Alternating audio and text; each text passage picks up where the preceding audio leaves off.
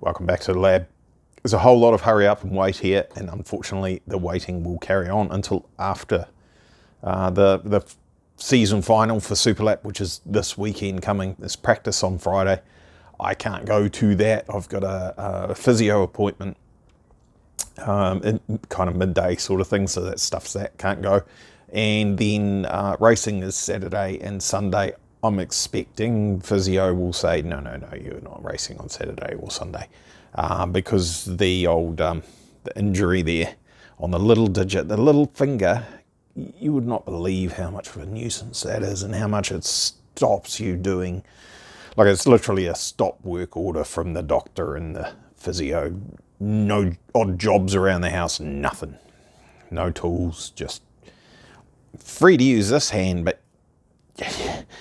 you can't do a hell of a lot with just your left hand when you're right-handed, and you can't use your right hand at all. It's just too tempting. You're trying to do anything and you're going to get in there with your right hand to do things. So you just, it's tools down, stop work, wait for it to heal. Minimum 2 months. We're 5 weeks into it from time of injury. It's a pathetic little injury. It's like worse than a broken leg. A broken leg would slow me down less in the workshop than the stupid little finger injury. But that's how it is. Minimum 2 months, possibly 3 months, according to the mighty internet. So, and obviously if you be a knob and just keep working through it, yeah, you're going to hurt it more. It's going to take longer. So before I got the stop work tools down order, I did manage to get a couple of things just next to nothing done on the march, and wifey helped me finish up one thing that I was kind of part way through. So the car is sat here. It's 100% good to go. If if I knew someone, if I had a lot of money and it wasn't a big issue, and I knew someone that I could really trust, we could put another driver in the car and we could go out and we could get the PB for the car, but not for me. And so it's like, oh, is it really worth the hassle, you know? Entry fee per round it's a lot now. It's actually, because of the nature of the way things have gone with tracks in New Zealand and costs and stuff, it's a fair whack of money to enter a single round just to go out and get a PB. If you're not part of the season, not running in the series, so to speak, everything needs to be lined up pretty well before you would do it, put it that way. You wouldn't want to just go out and have knowing things are not right, i.e. that doesn't have the grip strength that it's supposed to have. That hand, squash the old machine, incredible Hulk smash, 55 kgs of grip force. My right hand, which should be 10% stronger, being my predominant hand, 47 kgs of grip force. It's not good. It's probably still stronger than some people anyway with that hand, but if I go out and people know that I've got this injury that I'm recovering from, then something happens. Of course, they were going to say that I'm a dickhead driving the car with an injury and blah, blah, blah, blah, blah, even if it's totally unrelated, nothing to do with it. I don't really want to give internet fools any ammunition. We've heard enough of those clowns over the years. So I'll show you what I did on the car. It'll take 2 seconds. It's really boring. And then after that, it's super exciting. I mean, you should like, share, subscribe, and blah, blah.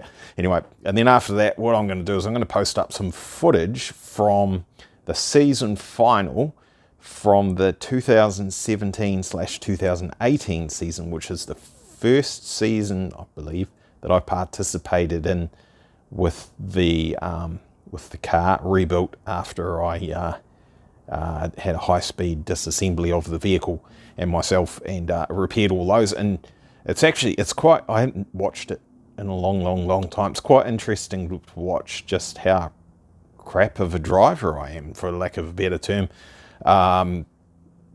Given all things considered, it's no surprise, right? But gear shifting's not that great, braking point's not that great, real chicken on the corners. You can hear the clutches slipping a little bit on the car. We kind of knew about that, but yeah, it's really interesting. It's a massive change. I'm not sure what the lap times were. I could go back and look.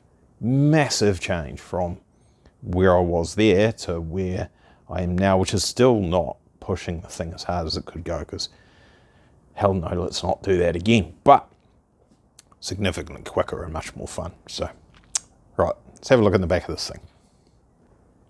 I'm not going to bother opening the door or giving us any more light back here. We don't need it. So boost pipes have just been heat lagged just to stop the heat soaking in from the exhaust manifolds, which are down there. I do not want to wrap the exhaust manifolds. I just don't want to.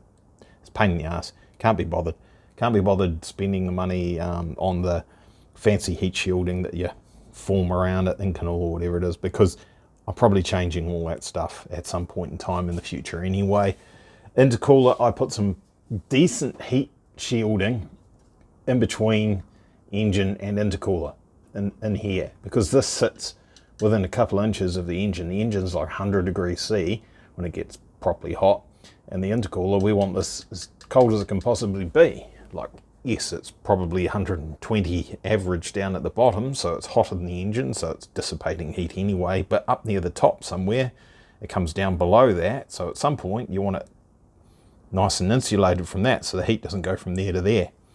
Now this gold foil that's everywhere is clearly not gold leaf as per what NASA would use, because we'd be talking about, I don't know, who's a jeweler? Do you know how much all that would cost? A lot of money, a lot more than what Glenn wants to spend on his race car.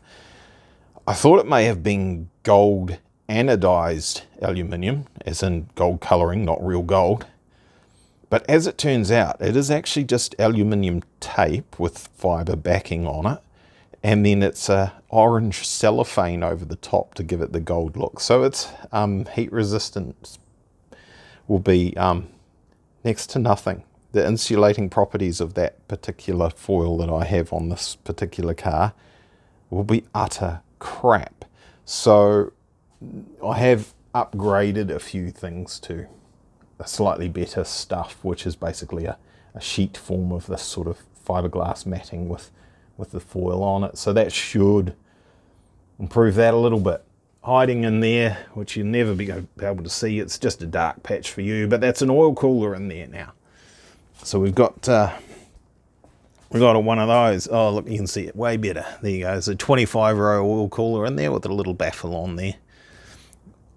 I did make the little baffle plate after I was told to put tools down, but I did manage to do that basically one-handed and then just put this back on. So I had to do something that was going insane, or more insane as the case may be. So that's it. That's all that's happened on the car, and it's sitting there on dolly so I can push it around out of the way if I need to. But literally it was light duties to start with after the injury for a week or two, and then it was tools down. So yeah, long time no work.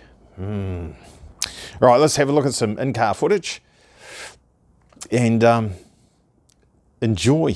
It's interesting to watch, and then have a look at should I see if I can stick my fast lap on there at the end, my most recent fast lap, and good comparison, the difference. So this the 3 laps or whatever, the car's running maybe 400 kilowatts, I think maybe a little bit more, just rear wheel drive. So it was a 6-speed manual Sentra / Maxima gearbox arrangement that we hybridized together, and obviously a driver is, what's the right word, timid, a bit overly cautious perhaps, although interesting, a bit of a chirp on the brakes here, there and everywhere, so maybe getting a little bit brave on the braking, but everything else, it's heaps more pace in it if I'd been braver. All right, thanks for watching. Cheers, bye.